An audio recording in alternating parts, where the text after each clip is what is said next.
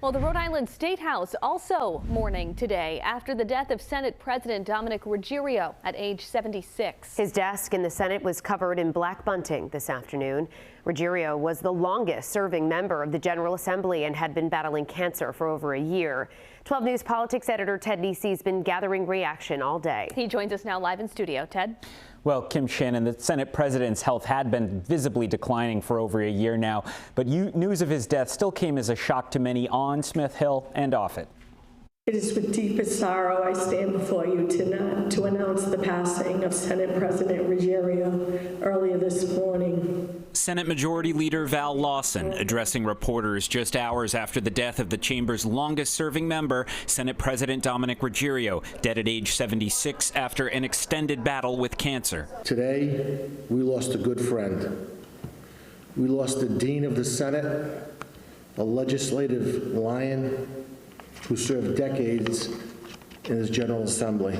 Ruggerio had been absent for much of this year's legislative session, presiding for a final time on March 25th. His frail appearance, a striking contrast to the dominating figure he had been over 44 years as a state lawmaker, including a quarter-century in Senate leadership. It is very humbling to be named as your president. Culminating in his election as Senate President in 2017. As a legislator, Ruggerio pressed for faster redevelopment of the old 195 land. It's been going slower than I expected. And was a frequent ally of organized labor.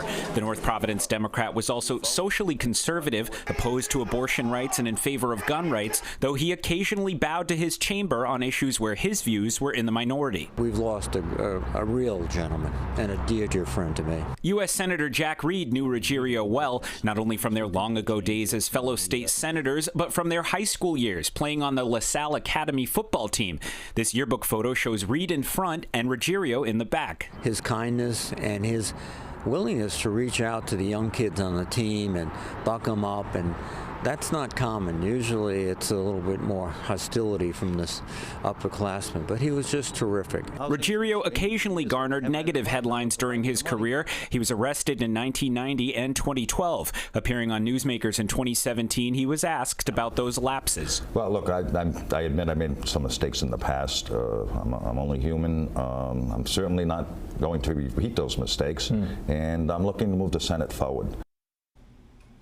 A special election will be scheduled at some point to fill Ruggerio's now vacant seat in Senate District 4. Behind the scenes, key senators are already jockeying for support to replace him as Senate President. Coming up new at 5, we'll look at some of the names that are coming up, and we'll get reaction from Ruggerio's legislative counterpart, House Speaker Joe Shekarchi. Ted Nesi, 12 News.